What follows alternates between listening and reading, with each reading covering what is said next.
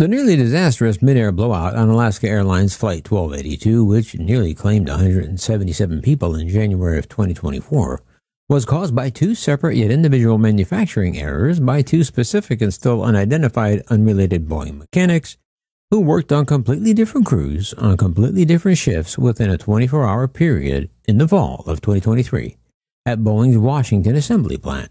Well, now that the NTSB investigation is over, we can tell the real story of how that brand new Alaska Airlines jet could suffer such a cataclysmic failure, but not from the NTSB records because they've all been blacked out and redacted. However, Pulitzer Prize-winning reporter Dominic Gates at the Seattle Times has friends in high places, and he was able to get the unredacted NTSB files, so now we have a minute-by-minute accounting of that aircraft from birth to blowout. And what that report reveals is that the safety culture at Boeing is far worse than any of us had ever imagined. But according to Boeing, 99% of the time, Boeing assembly mechanics play no part in the installation of the 737 exit door plugs. That's because they come fully installed from Spirit Aerosystems, which makes the fuselages. And besides, there's usually no reason to remove them once they arrive at Boeing. However, there is a specialized door crew of about 25 mechanics at Boeing's factory dedicated to working on just doors. They work the first shift from 5 a.m. to 1:30 p.m., and they are the only mechanics who work on doors. And even then, they rarely deal with a door plug. In fact, according to Boeing records, door plug work was only done in Renton just 4 times in 2023, 1 time in 2022, and twice in 2021. A 35-year veteran on the floor told the NTSB that he's the only one that can work on all the doors and was usually the only one who would remove the door plug. However, that mechanic was on vacation the 2 critical days of September 18 and 19 of 2023, when the door plug on the Alaska MAX 9 had to be reopened and closed. And with that, let's go over the report one step at a time. And you'll see where it went so very, very wrong, so very, very fast. You are watching Maximus Aviation. The fuselage for the plane that would become Alaska Flight 1282 arrived by train in Renton from Wichita on August 31, 2023. The next day, September 1st, a small defect was found. 5 rivets installed by Spirit on the door frame next to the plug were damaged. That day, the Friday before Labor Day weekend, repair of those rivets was handed to a Spirit Aerosystems mechanic on site. But in the meantime, inspectors gave the mechanics the okay to install insulation where the door plugs go. By the following Thursday, a Spirit mechanic noted in the official FAA required Common Manufacturing Execution System, or CMES, but Boeing mechanics just call it CMAS for short. But according to the CMAS, the rivet repair was completed, noting they removed and replaced rivets. But later that day, an on-site FAA inspector angrily responded to the CMAS entry, warning that the rivets had indeed not been replaced, but simply painted over. So the inspector stamped a big red "Not Acceptable" on the work order. Then September 10 records show Spirit was ordered a second time to remove and replace the rivets. Boeing uses a messaging system, the Shipside Action Tracker, or SAT, for managers to track progress of fixing problems. But SAT entries show that after several days, the still unfinished work order was elevated to higher-level Boeing managers. On September 15, Boeing Interiors Manager Fally Mees texted on-site Spirit Manager Trent Nguyen to ask him why the work hadn't been done. But Nguyen says Spirit mechanics couldn't get to the rivets unless the door plug was open. So he sent Manager Mees a photo from his phone showing it was closed, saying it wasn't Spirit's job to open the door plug and that Boeing needed to do that.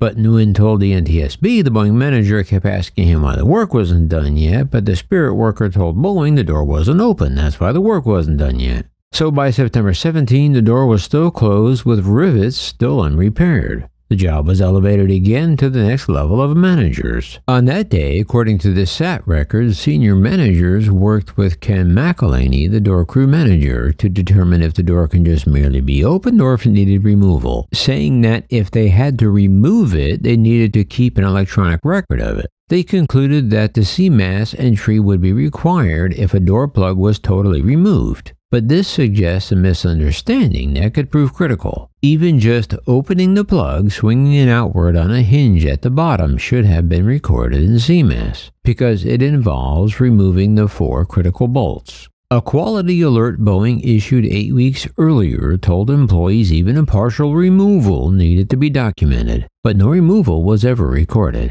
But Machinists Union Representative Lloyd Catlin testified that there should have been 2 removals documented, one for the removal of the insulation blanket and the second for opening the plug. He said both would have triggered an extensive inspection before closing the door and putting the insulation blankets back. Catlin said that Boeing's repeated changes to instructions about when inspections were needed have sown some confusion, and the company's training on those changes have been inadequate. He noted that a 2022 FAA investigation faulted the company for both of those issues, and Boeing's workforce has become less experienced since the pandemic. But the day after the discussion about whether a removal needed to be documented, the first key error was made. There had been as many as 15 different door crew managers in Renton over 3 years, the veteran mechanic told the NTSB. He said the door crew manager McElhaney had come from a different Boeing work area only about 5 or 6 months before. The Alaska jet was built in September 2023. Most members of McElhaney's crew work in the first 3 days of an aircraft's assembly, when the bare fuselage, still without wings, is cradled in a large holding fixture while wiring systems and insulation blankets are installed. But by September 18, mechanics had added the wings, landing gear, and engines to the Alaska plane as it moved along the assembly line, and it had reached the last station before a completed jet is rolled outside. A small crew of 4 door crew mechanics and 2 team leads, called door masters, were assigned to the work of final fit, form, and function before rollout. Essentially, this was the time to fix any work left over to finalize the doors. But by that morning, the rivet repair job was now urgent. The final installation of insulation, walls, and seats around the door plug was still pending, according to the transcripts. Everyone who comes near the plane must badge in when they arrive and leave, creating a record of who was present at any moment. Michelle Delgado, an experienced mechanic for Spirit, says she stopped by the plane shortly after her shift began at 6 a.m. to see if the plug was open so she could fix the rivets, but it wasn't. Then at 6:48 a.m., a Boeing mechanic identified as the doormaster lead texted a young trainee mechanic on his team to come to the Alaska jet and open the door. The NTSB interviewed but did not name the trainee or the doormaster lead, who had almost 16 years at Boeing. However, filling in for the veteran mechanic on vacation, the trainee was perhaps the least equipped to do this atypical job. He'd only been at Boeing for about 17 months, and his only previous jobs being KFC and Taco Bell. He's just a young kid, the doormaster lead said. Then at 7:17 a.m., a SAT entry stated doors being opened per Ken McElhaney, the door crew manager. The job of fixing the rivets, now underway, was downgraded back to lower-level managers. Now here's where the story told by the doormaster lead and the relatively new trainee mechanic takes an abrupt turn. The pair told the NTSB that at 6:49 a.m., a minute after the initial text, the doormaster lead called the new KFC trainee guy and told him he just realized that this was a MAX 9, and so what needed to be opened was likely a plug and not an actual door. The trainee said the doormaster lead told him to check if the plane was a MAX 9, and if it was, don't mess with it and go back to whatever else he was doing. The doormaster lead told investigators he didn't want his team dealing with plug doors. A plug door doesn't have a handle, he said, so it's got weird things and weird bolts that go through it. He said the plug door takes special tools which I do not know which guys have and which guys use to take what off. I don't mess with them, he said.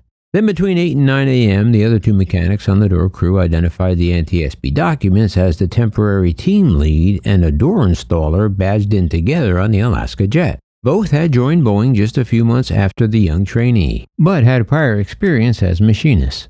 McElhaney, their manager, came aboard the plane for about 20 minutes in that hour, but the 2 mechanics don't recall speaking with him. Shortly after 8 a.m., the young trainee connected again with the doormaster lead, who texted him to come by his desk by the Alaska airplane. But this wasn't about the door plug, the 2 said. When the trainee arrived at 8:37 a.m., the lead said he handed him a Gucci fragrance sample. It's very expensive Gucci cologne, he said. He's been trying to find it. The doormaster lead recalled he was ecstatic.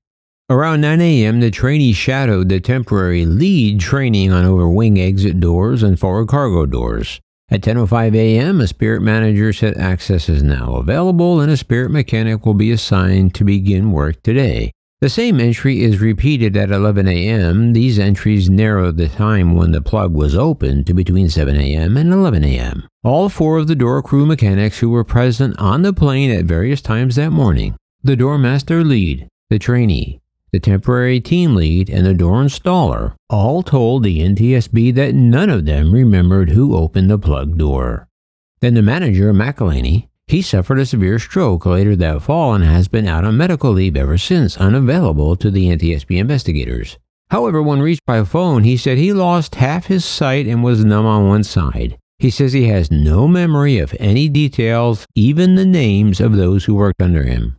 Whoever did the work should have recorded it, he said. To rework, there has to be paperwork. Yet because no record of the opening of the door plug is entered into CMS, there was no reinspection upon closing. After the January 5 door blowout, Boeing took the company-issued cell phones of the door master, lead, and trainee, which contained a thread asking the trainee to go open the door plug. In separate NTSB interviews, the pair gave parallel accounts of what was said in the subsequent voice call canceling that order, and of how their interaction at 8:37 a.m. was about the cologne, not the door plug. But the doormaster lead said a Boeing investigation railroaded him and accused him of lying about the door plug. He was like, "Oh well, you lied. I got accused of doing it even though my name is nowhere on the SAT," he said. In late February, Boeing reassigned the doormaster lead and the Taco Bell trainee to a facility inside the 737 wing fabrication building, away from the final assembly lines, where they say they had little work to do. Kind of like Milton and his red stapler in the basement. At the NTSB hearings this summer, Boeing Senior Vice President of Quality Elizabeth Lund explained that this is standard practice when a question arises about an employee's involvement in a safety-related issue. We will move them to a lateral position, same pay, same benefits, same shift, just off the plane, while we finish our investigation, she said. However, that's not how the 2 employees saw it. They moved me out of sight, out of mind, the doormaster lead told the NTSB. They put me in the 420 fabrication wing, and way back in the back, literally in a jail, in a cage. Boeing subsequently put both employees on paid administrative leave. At 2:30 p.m. September 18, the Boeing door crew had left a SAT entry saying the rivet job is currently being worked. Delgado removed the rivets, cleaned the holes, and ordered new rivets to be sent. She snapped a photo of her arm holding alongside the rubber seal around the plug and texted to Nguyen to show she was able to make the fix without removing the seal. "I knew how to finesse it," she said. A Spirit inspector checked and signed off on our work. Delgado left the airplane at 3:36 p.m. At about 5 p.m., a Boeing team arrived to close up the plane for weather protection so it could be moved outside that night. The team, called a move crew, found the door plug open and lying horizontally on a stand. "I just grabbed the door and pulled it up, pretty loose," the move crew team lead told the NTSB. He was not identified. "It didn't seem to fit well," he said, "nothing to hold it, so somebody found a strap to hold it closed." His team finished their work and left. The next day, the door plug would be swung open again for the rivet replacement. September 19, the next morning, the second critical lapse took place, when the plane hadn't been moved outside, increasing the pressure to get it finished. The SAT states the replacement rivets arrived from Everett shortly after noon. Assisted by another mechanic, Delgado returned around 2 p.m. to install the new rivets, and left at 3:11 p.m. And finally, a Spirit quality inspector signed off on the job at 6:11 p.m. Between 4:15 and 4:45, a SAT team captain who acts as a liaison between mechanics and managers to deal with production issues entered into the system, was told to close the door. While going to the plane, the team captain saw the door plug swung open, just lying flat on a stand. The insulation and cabin walls weren't installed yet. He sent photos to Mies, the Boeing Interiors manager, about 5 p.m. Mies told the team captain's crew that it needed to be closed within an hour. It was, he told the NTSB. He said he may have heard that from one of the other mechanics, but he didn't see who closed it. The team captain recalled hearing someone on the periphery, probably one of the mechanics, badging out, say, "We've got it figured out," then glancing up from the floor beside the airplane and seeing the door plug was closed at 5:33 p.m. Boeing Interiors manager Davey Focoxy texted Mies saying all done at 6:39 p.m. Mies texted Focoxy that one piece still needs to be done before his team could install cabin walls and seats. He sent a photo of the door plug closed with insulation hanging from above. "I need it done tonight," he said. Focaxi did not go to the airplane, but he sent a mechanic to fix the installation. He told the NTSB that his mechanic verified that it was completed, but there's no paperwork. The timeline suggests the door plug was closed at about 5:30 p.m., certainly by 6:39 p.m. No entry was logged in CMAS. It probably would have taken a couple of people to figure out how to close the door plug. They would have had to pull it up on the stand and guide the metal pins to either side of the door frame into the slots on the plug. 6 small fittings on each side of the plug would then have to align with the corresponding pads on the door frame, making the plug appear snugly closed. It's unknown who did this.